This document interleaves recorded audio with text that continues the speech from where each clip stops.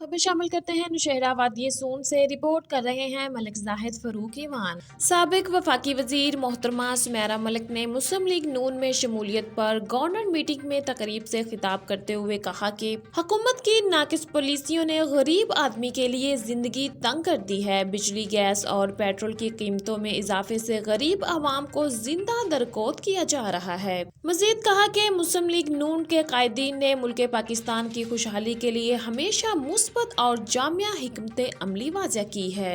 उन्होंने कामयाबी के बाद वादिये सून में गैस की फरहमी का वादा भी किया। मेरे भाइयों, 2018 का जो इलेक्शन था वो भी हमसे चुराया गया। मैंने हमेशा अपनी सियासत सच्चे तरीके से की है।